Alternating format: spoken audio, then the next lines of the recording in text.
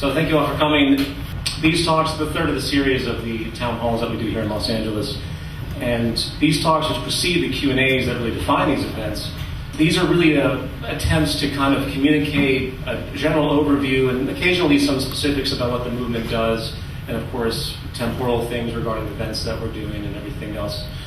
So what I have done with this presentation is an attempt to give yet another angle to what the Zeitgeist movement does, in the hope that it will resonate with some of you, inspire questions, and we'll take it from there. So I want to begin with a summation question.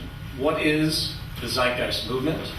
What are its observations and goals? And what methods are being used to obtain those goals?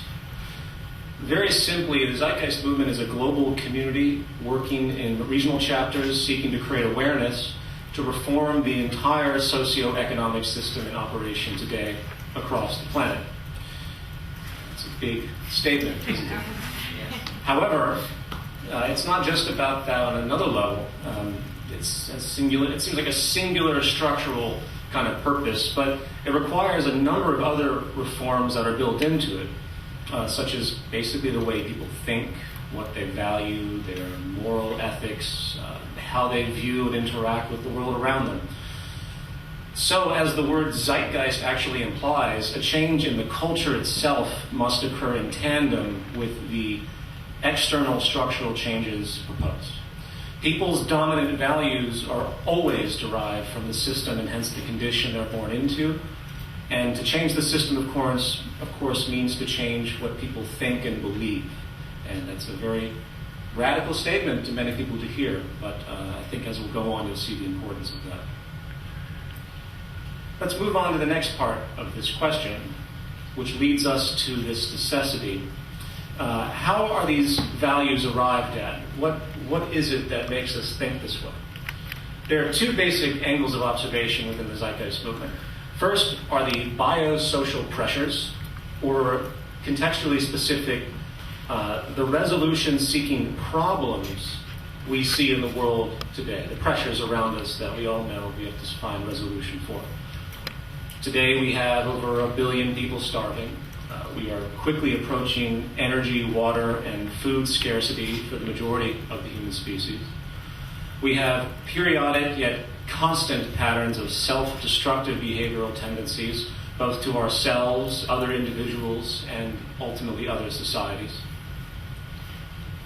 And while we might be experiencing longer lifespans, historically as a trend on average, the quality of life for most people, along with our life-supporting systems, is in fact in decline, with many physical and mental health disorders emerging and growing. On a different level, we have a planetary society that is systematically restricting itself from prosperity with fictional rules and contrived concepts, such as the existence of this thing called debt, which I'm sure we're all tired of hearing about. And for the first time in human history, a new paradigm is evolving where human employment in the labor force will continue to move inverse to industrial productivity, meaning fewer and fewer jobs are being created to meet essentially a growing population. These are just a few of the observations on that side, the problems. The other side exists in a vacuum, so to speak, outside the current system's process of causality, and more importantly, outside the pollution, if you will, of the conceit and traditional patterns largely held within the zeitgeist we have today. This side is about what is technically possible, or more accurately, what is scientifically possible. These observations have nothing to do with money, the free market, religious philosophies, politics, or any traditional notion many reference as empirical today, falsely.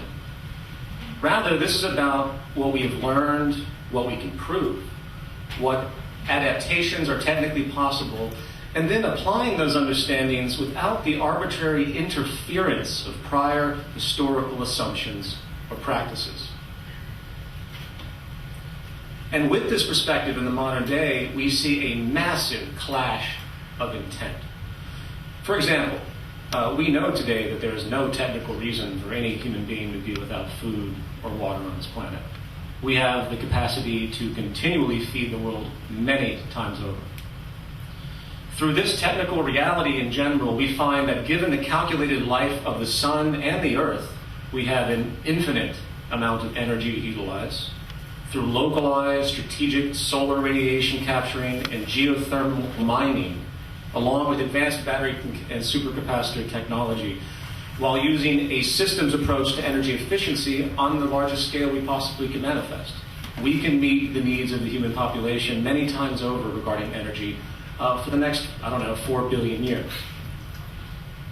Through this scientific perspective, these observations that I'm talking about, we see that the degradation of our crop-producing arable land and water tables can be overcome through many forms of abundance-producing mediums that, in addition, can exceed the efficiency of those natural earth processes as they stand, such as ocean desalination and abundant organic indoor vertical farming. Just a few examples. We also notice that with a fraction of the scientific thought, high technology, and resources spent on the militaries of this world in its endless, juvenile preparation for war, we could create incredible tools and solve problems at rates unmatched, where a sustainable, strategic material abundance could likely be created for the world's people that far exceeds what the majority have access to today. As a comedic interlude, I think the late, great Bill Hicks put the prior comment in the best manner. Everyone got excited about the technology, and I guess it was pretty incredible watching a missile fly down an air vent. Pretty unbelievable. But couldn't we feasibly use that same technology to shoot food at hungry people? You know what I mean? Fly over Ethiopia. There's a guy that needs a banana.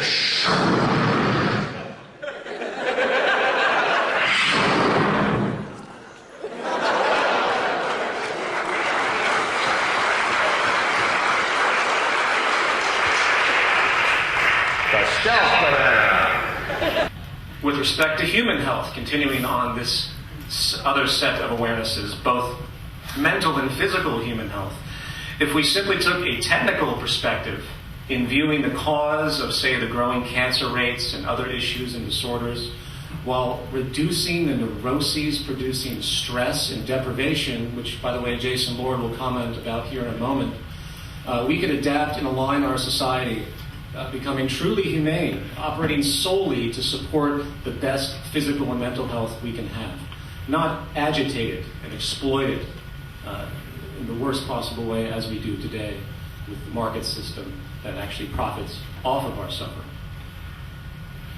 And finally, and possibly the most important in the sense of time, where we are at this point in the evolution of civilization, if we simply were able to see outside the box that we've been born into with our competitive free enterprise anarchy, our debt and scarcity driven market system, see outside the box of our primitive tribal sovereignty, echoes of gangs operating from the limited lower R complex of our brain's early evolution, to see outside the pointless political polarization and class warfare debates, we would then notice that the very nature of our system is actually destroying us, reducing our abilities, de-evolution, if you will, slowly but surely with its outdated, conflict-based, completely unscientific traditional approaches.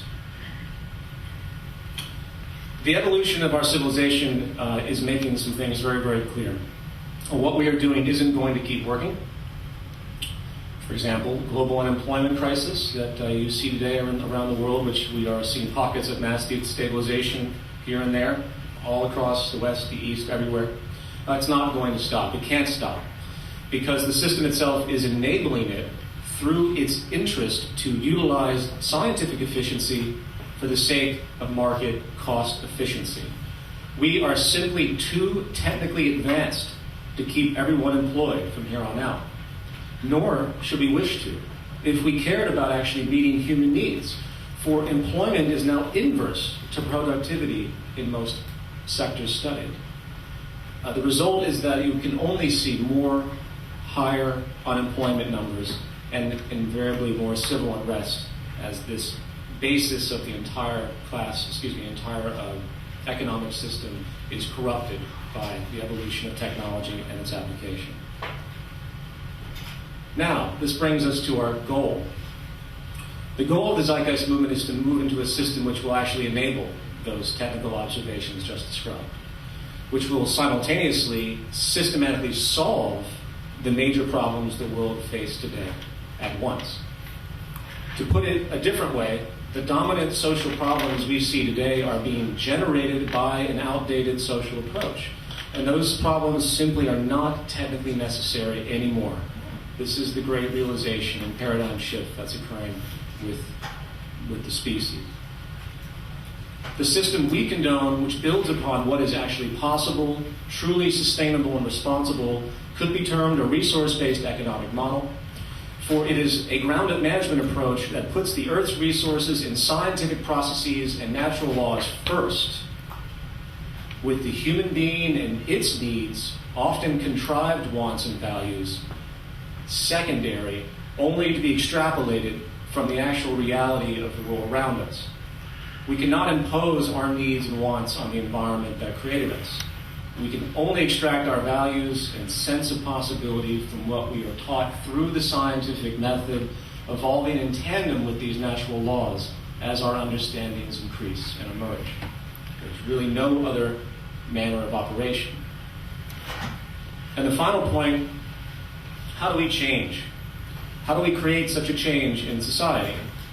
How do we overcome the evolutionary baggage that persists and is reinforced by the systems in place? Well, first, the change cannot be imposed by some authority anymore. Not only does totalitarianism not work and is socially offensive, violence in all its forms is and will always be a failed tactic for personal and social influence, possibly working for short periods of time, but always failing in the long run.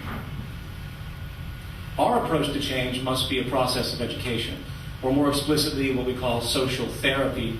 We must work to inform others and change the group mind that comprises our social evolution. I leave that word with you, group mind.